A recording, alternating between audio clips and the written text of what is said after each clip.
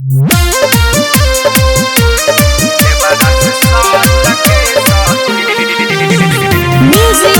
By Aditya Shivangi recording studio Rajgir. कितना बताई अपन दुख और कष्ट ये सखी, कितना बताई अपन दुख और कष्ट ये सखी।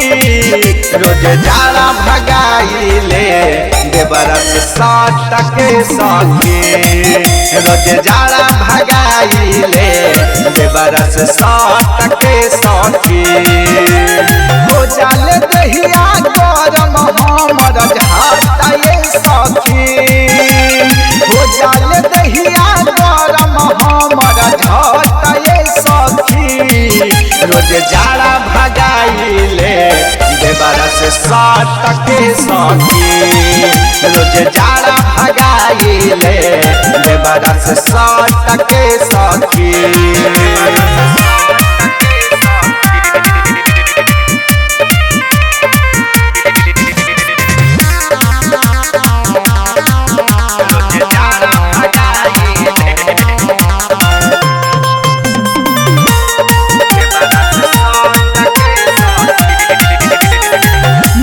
गईले पियावा सखी हमर परदेश में, जिंदगी हमर काटेला सखी एक कदम कहले समय।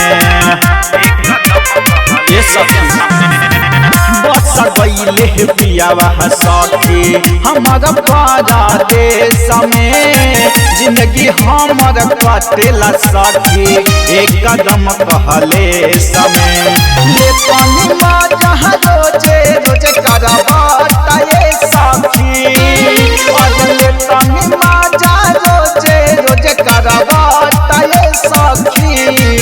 हम जाड़ा भगाई ले देवरस साट के सखी, हम जाड़ा भगाई ले देवरस साट के सखी।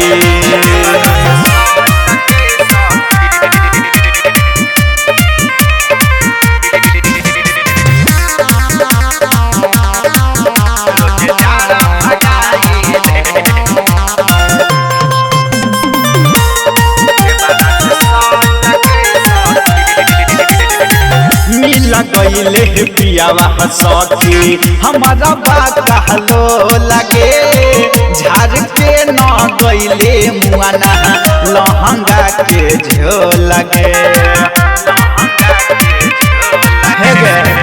मिल गईले पियावा सखी हमारा बात कहलो लगे, झाड़ के न गईले मुआना लहंगा के झोल लगे।